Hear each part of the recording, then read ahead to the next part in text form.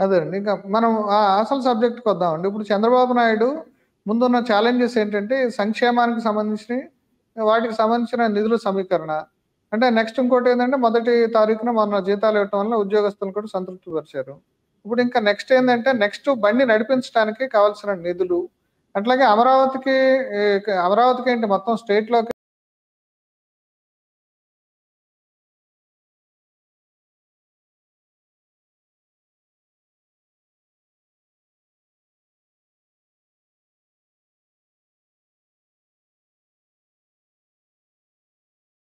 పెద్ద ఎత్తున ఇక్కడ పరిశ్రమలొస్తాయని, ఉపాధి లభిస్తుందని ఏదో రకంగా ఆయన పరిశ్రమలు తీసుకొస్తాడని ఒక ఆశ ఉందండి. దాని మీద మీరేం చెప్తారు? ఆయన ఇప్పటి వరకు చేస్తున్న కృషి అంటే కొంతమంది దాంట్లో కంపెనీస్‌తో మాట్లాడటం. దాంట్లో దాంట్లో ఒక సత్యం ఉన్నది. మీరు చెప్పిన దాంట్లో ఒక అసత్యం ఉన్నది. అదేండి. సత్యం ఏమిటంటే ఆయన హయాంలో అక్కడ హైటెక్ సిటీ వచ్చిన మాట వాస్తవం. అదేండి. కానీ దాని పునాదులేసింది, దాన్ని ప్లానింగ్ చేసింది ఆయన కాదు. రాజీవ్ గాంధీ టైంలోనే దానికి పునాదులు పడ్డాయి అక్కడ. అది అదేనండి. పూర్తయినాటికి మీరు రాజీవ్ గాంధీ నాటికి పునాదులు పడ్డాయి. నేదురు మంత్రి జనార్దన్ రెడ్డి ఏమో దానికి శంకుస్థాపన చేశాడు. ఈయన హయాంలో బిల్డప్ అయింది. అదొక కారణం.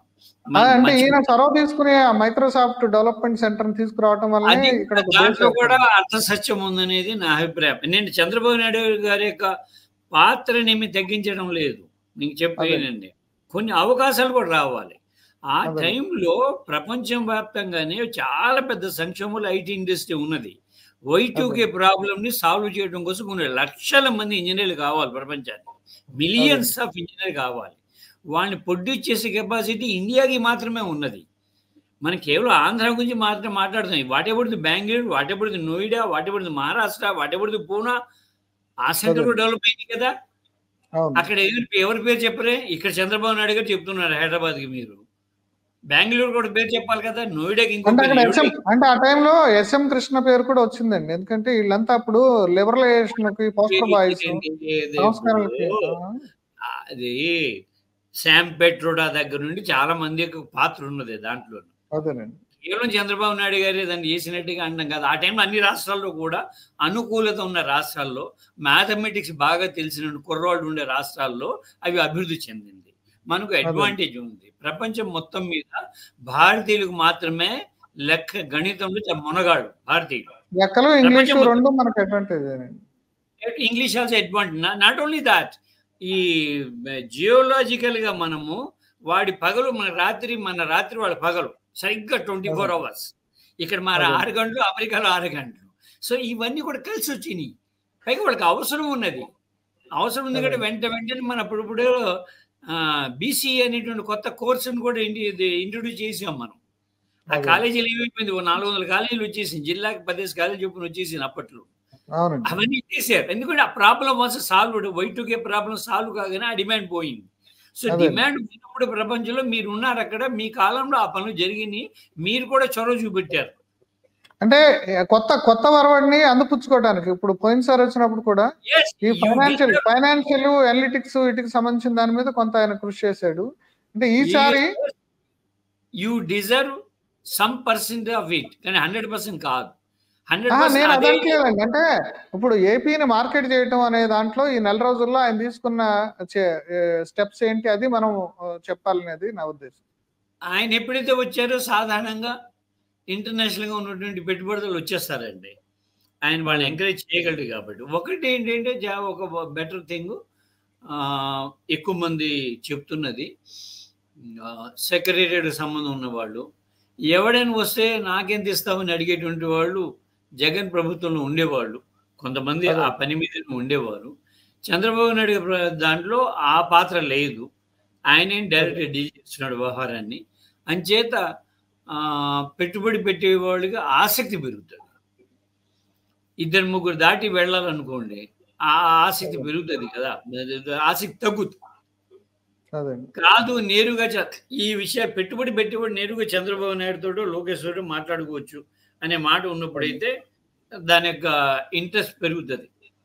అది అంటే రాత్రి నిన్న ఒక ఇంట్రెస్టింగ్ ఇది జరిగిందండి. సిఏ నేషనల్ టీమ్ తోటి ఈయన లైవ్ లో ఒక కాన్ఫరెన్స్ జరిగింది.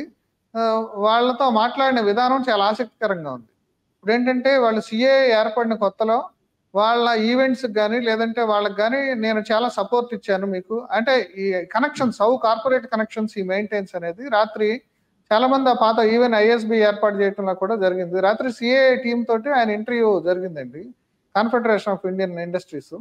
వాళ్ళతో జరిగినప్పుడు నేను చూసింది ఏంటంటే వాళ్ళందరితో ఉన్న పాత వ్యక్తులు వాళ్ళతోటి ఈయన మళ్ళా సంబంధాలు రిబిల్డ్ చేసుకోవడానికి దీన్ని ఉపయోగించుకున్నాడు. ఇంకొకటి అన్నిటికంటే ఇంట్రెస్టింగ్ ఏంటంటే ఒక ఇండస్ట్రియలిస్ట్ ఆయన ఇచ్చిన సజెషన్ ఏంటంటే ఇప్పుడు డేటా అనేది ప్యూర్ డేటా అనేది దొరకట్లేదు. ఇప్పుడు ఆర్టిఫిషియల్ ఇంటెలిజెన్స్ అనే దానికి ప్యూర్ డేటా కావాలి, కల్తీ లేని డేటా కావాలి. మన గవర్నమెంట్ ఎకానమీకి సంబంధించిన ఫిగర్స్ కానీ అవి కానీ రకరకాలుగా ఇస్తున్నారు కానీ ప్యూరిటీ ఆఫ్ డేటా లేదు. అందుకనే ఒక డేటా హబ్ అంటే ఆర్టిఫిషియల్ ఇంటెలిజెన్స్ బేస్డ్ డేటా హబ్ని అమరావతిలో ఏర్పాటు చేస్తే బాగుంటుంది అని ఆయన ఒక సజెషన్ చేశాడు. దాంట్లో నుంచి ఈయన ఏంటంటే దానికి నేను మీకు ఏ ల్యాండ్ కావాలంటే ఎంత ల్యాండ్ కావాలని ఇస్తాను, హెల్ప్ చేస్తానని. అంటే హౌ ఈ రోపిన్స్ ద ఇండస్ట్రియలిస్ట్ వాళ్ళు ఎందుకు వస్తారంటే పరస్పర ప్రయోజనాలు ఉంటేనే వస్తారనుకోండి. ఇట్లా రాత్రి ఒక ఇంట్రెస్టింగ్ ఇది నేను గమనించాను నేను సిఐ మీటింగ్ లో. వాళ్ళని కూడా చాలా మందిని ఆహ్వానించాడు, ఆయన పాత సంబంధాలని అది కనెక్ట్ చేసుకోవడానికి కూడా ప్రయత్నం చేశాడు. ఇది ఒకటి అంటే ఇది నిన్న స్టీల్ ప్లాంట్ ఆ గొడవతోటి ఇది కొంచెం వెనకబడినట్టుంది దీని మీద జనానికి తెలియటం. ఇది ఒకటి. దీని మీద మీ కామెంట్ ఏంటి? రైట్. ఎవరైనా పెట్టుబడి పెట్టేది వాడు లాభాలు పొందడం కోసమే.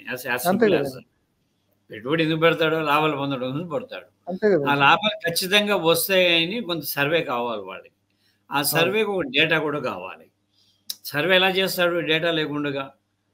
డేటా కావాలి. ఆ రెండు కూడా పర్ఫెక్ట్ గా ఉండాలి, నమ్మకమైన ఉండాలి, అంటే జెన్యూన్ గా ఉండాలి. అంటే ఒక వ్యాపారానికి సంబంధించిన ఐడియా డిస్కషన్ లో వచ్చింది, ప్యూరిటీ ఆఫ్ ద డేటా.